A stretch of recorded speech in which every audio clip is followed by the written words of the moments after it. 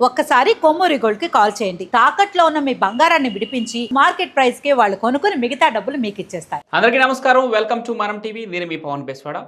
AP liquor scam లో కీలక నిందితులుగా ఉన్నటువంటి ధనుంజయ రెడ్డి, కృష్ణమోహన్ రెడ్డిలు నిన్న విచారణకు హాజరవడం జరిగింది. వారు విచారణకు సహకరించకపోవడంతో ఈ రోజు మళ్ళీ తిరిగి విచారణకు పిలిచింది. మరి విచారణలో వారు ఏం చెప్పబోతా ఉన్నారు? ఇప్పటికే భారతిరెడ్డి చుట్టూ ఏపీ లిక్కర్ స్కామ్ ఉచ్చు బిగుస్తోందా అన్న వార్తల నేపథ్యంలో వీరు ముగ్గురు కీలకంగా మారనున్నారు. ధనుంజయ రెడ్డి, కృష్ణమోహన్ రెడ్డి, అదేవిధంగా రీసెంట్గా అరెస్ట్ అయినటువంటి గోవిందప్ప బాలాజీ. గోవిందప్ప బాలాజీ ఇప్పటికే భారతీ సిమెంట్స్ డైరెక్టర్గా ఉన్నారు. భారతిరెడ్డి గారి ఆర్థిక వ్యవహారాలను ముఖ్యంగా చూసుకున్నటువంటి ఇన్ఛార్జ్ కూడా ఆయనే. సో ఈ నేపథ్యంలో వీరు ముగ్గురు ఎలాంటి విషయాలను వెల్లడించబోతా ఉన్నారు? మరొక పక్క ఇప్పటికే అంటే అప్రూవర్గా మారినటువంటి వాళ్ళని కూటమి ప్రభుత్వ నేతలుగా, కూటమి ప్రభుత్వ మనుషులుగా చెబుతున్నటువంటి వైసీపీ పార్టీ మరి ఈ లిక్కర్ స్కామ్లో కూడా వీరు ముగ్గురును కూడా కూటమి ప్రభుత్వానికి అప్రూవర్లుగా మారిన ఆ మనుషులుగా చెప్పబోతోందా? ఏం జరగబోతోంది? విశ్లేషణ తీసుకుందాం. మనతో పాటు సీనియర్ జర్నలిస్ట్ డాక్టర్ భరతరెడ్డి గారు ఉన్నారు. సార్ నమస్తే. నమస్తే. ఏం జరగబోతోంది? ఈ ముగ్గురు వ్యక్తులు ఏపీ లిక్కర్ స్కామ్ విచారణలో ఎలాంటి విషయాలు బయట పెట్టబోతున్నారు అనుకోవచ్చు? మరి భారతిరెడ్డికి తిరిగి బిగ్ బాస్ దగ్గరికి వెళ్తుందన్నది బిగ్ బాస్ సతీమణి దగ్గరికి వెళ్తుంది. ఎలా చూడాలి? లిక్కర్ స్కామ్ అనేక మలుపులు తిరుగుతుంది. తిరిగి 32 మంది మీద ఇప్పుడు కేసు నమోదు చేయడం జరిగింది. 31, 32, 33. 31, 32 ఎవరంటే సీఎంఓ ఆఫీసులో పనిచేసిన వ్యక్తులు. ఒకరు విశ్రాంత ఐఏఎస్ ఆఫీసర్ ధనుంజయ రెడ్డి, మరొకరు కృష్ణమోహన్ రెడ్డి ఓఎస్డి, అంటే జగన్మోహన్ రెడ్డికి పర్సనల్ ఉండే ఓఎస్డి. అది కాకుండా 33వ A3 ఎవరంటే భారతీ సిమెంట్స్కి సంబంధించిన శాశ్వత డైరెక్టర్తో పాటుగా గోవిందప్ప బాలాజీ పాటుగా వీళ్ళ అకౌంట్స్ అన్ని చూసేది గతంలో విజయసాయి రెడ్డి రాజకీయాల్లో ఒత్తిడి వల్ల ఆ పనుల బాధ్యతలు కూడా ఈయనే చూస్తుండు, మన గోవిందప్పనే చూస్తుండు. కాబట్టి ఈ ముగ్గురు కీలకంగా మారారు. మొదట్లో కీలకంగా మనం చూసుకున్నట్టయితే కేఎస్ రెడ్డి, అలాగే చూసుకున్నట్టయితే రాజకీయ పరంగా కేఎస్ రెడ్డి, మిథున్ రెడ్డి, విజయసాయి రెడ్డి మొదట్లో ముద్దాయిలు ఉన్నప్పటికీ మధ్యలో ఎవరెవరు ఉన్నారని పెద్ద విషయాలు బయటికి రానప్పటికీ చివరికి వచ్చేటప్పటికి సీఎంఓ ఆఫీస్ లింక్ అయింది, భారతీ సిమెంట్స్ లింక్ అయింది. ఇప్పుడు భారతీ సిమెంట్స్ వీళ్ళు ముగ్గురు కేసు సీట్ నమోదు చేయగానే మీరు ముగ్గురు పరారయ్యారు, అంటే అజ్ఞాతంలోకి వెళ్ళిపోయారు. ముందస్తు బెయిల్ కోసం ప్రయత్నం చేయడం జరిగింది. పరారీలోకి వెళ్ళిపోయిన తర్వాత 3 రోజుల క్రితం బాలాజీ గోవిందప్పను బెంగళూరు అరెస్ట్ చేసి అతను రిమాండ్ తీసుకొని అతని విచారణ కొనసాగుతున్న సందర్భంగా ఇప్పుడు ఎవరైతే కృష్ణమోహన్ రెడ్డి, ధనంజయ రెడ్డి ఉన్నారో వాళ్ళు సుప్రీంకోర్టు రిలీఫ్ ఏమిచ్చిందంటే మీరు సిట్ ముందుకు హాజరవ్వండి, మీకు 16th వరకు మిమ్మల్ని సిట్ అరెస్ట్ చేయదు అని చెప్పి ఒక హామీ ఇవ్వడంతో వాళ్ళు నిన్న మనం చూసుకున్నట్టయితే సిట్ ముందు హాజరవ్వడం జరిగింది. హాజరయ్యి సిట్టు దాదాపు 10 గంటల పాటు వాళ్ళని విచారించిన సందర్భంలో వాళ్ళని 60 ప్రశ్నలు వేయడం జరిగింది.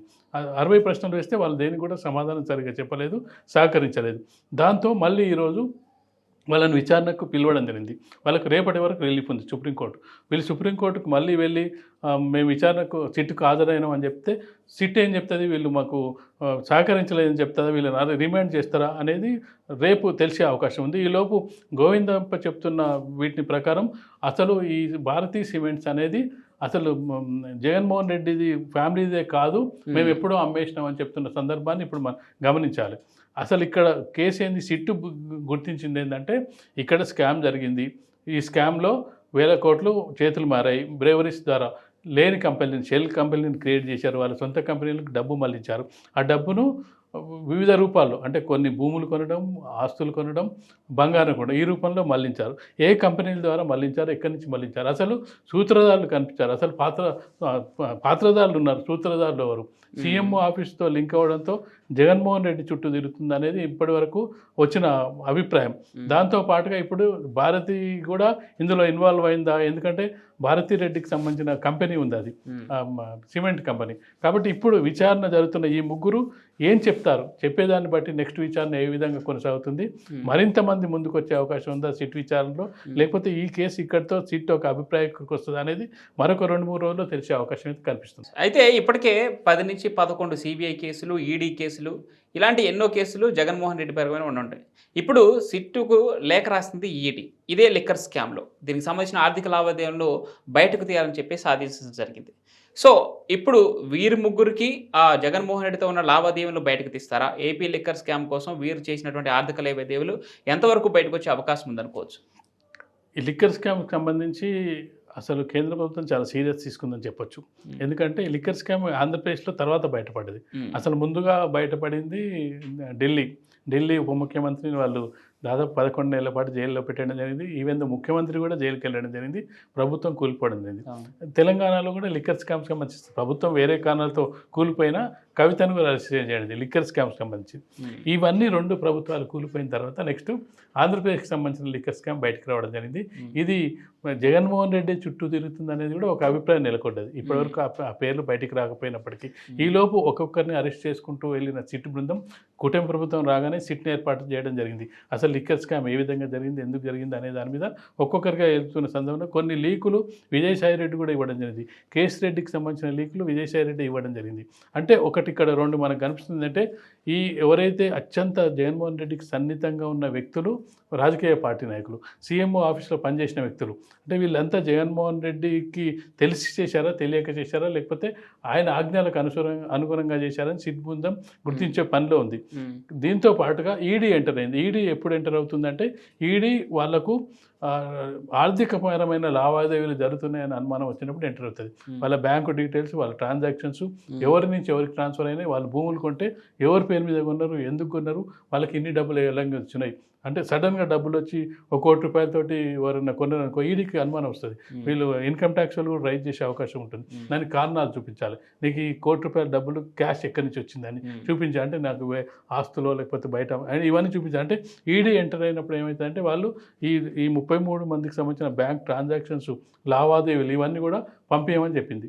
ఇప్పుడు ఈడీ ఎంటర్ అవడంతో ఏమైందంటే పూర్తి స్థాయిలో విచారణ ఈడీ కంట్రోల్లోకి కూడా వెళ్ళిపోయింది.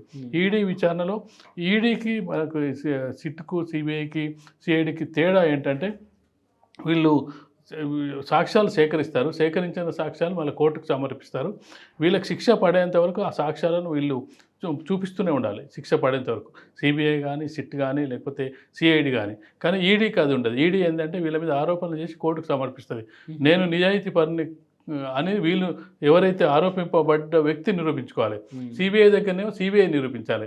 ఈడీ దగ్గరికి వచ్చేటప్పటికి ఈడీ నిరూపించదు. ఈ వ్యక్తులు నిరూపించుకోవాలి. నీ మీద ఇగో నీ ఆర్థిక లావాదేవీలో అవకతవకలు చేశానని చెప్పి నీ మీద తోసేస్తుంది. నేను చేయలేదని చెప్పి వీడిని నిరూపించుకోవాలి. అందుకే ఈడీ కేసులు అంటే భయపడతారు. వాళ్ళు జస్ట్ సబ్మిట్ చేస్తారు అంతే. వీళ్ళు తప్పు చేసిరు, ఇన్ని రకాల ఆరోపణలు, అవినీతి చేసిందని చెప్తారు అంతే. చెప్పిన తర్వాత నేను చేయలేదని నిరూపించుకునే బాధ్యత పర్సన్ మీద ఉంటుంది, ఎవరైతే నిందితుడో వాళ్ళ మీద ఉంటుంది. కాబట్టి ఈ కేసుకు సంబంధించి గతంలోనే 2 ప్రభుత్వాలు కూలడం జరిగింది. సరే తెలంగాణ ప్రభుత్వం వివిధ కారణాలతో చూపినప్పటికీ ఢిల్లీ ప్రభుత్వం అయితే ప్యూర్గా లిక్కర్ స్కామ్లు ఎరుక్కోవడం వల్లనే ఆ ప్రభుత్వం అబాస్ పాలైంది. ఎందుకంటే మధ్యతరగతి వర్గాల్లో కేజ్రీవాల్కు కొంత పేరుంది. ఎంపీ ఎలక్షన్లో భారతీయ జనతా పార్టీకి మొత్తం 7కి 7 ఎంపీ సీట్లు ఇచ్చిన, అసెంబ్లీ వరకు వచ్చేటప్పటికి కేజ్రీవాల్నే గెలిపించిన ఘటన 3 సార్లు గెలిపించిన సందర్భాన్ని మనం చూడవచ్చు. కానీ ఈ లిక్కర్ స్కామ్తో అతను అన్పాపులర్ అవ్వడం జరిగింది. ఈ కేసు తిరిగి ఆంధ్రప్రదేశ్ దగ్గరికి చేరడం జరిగింది.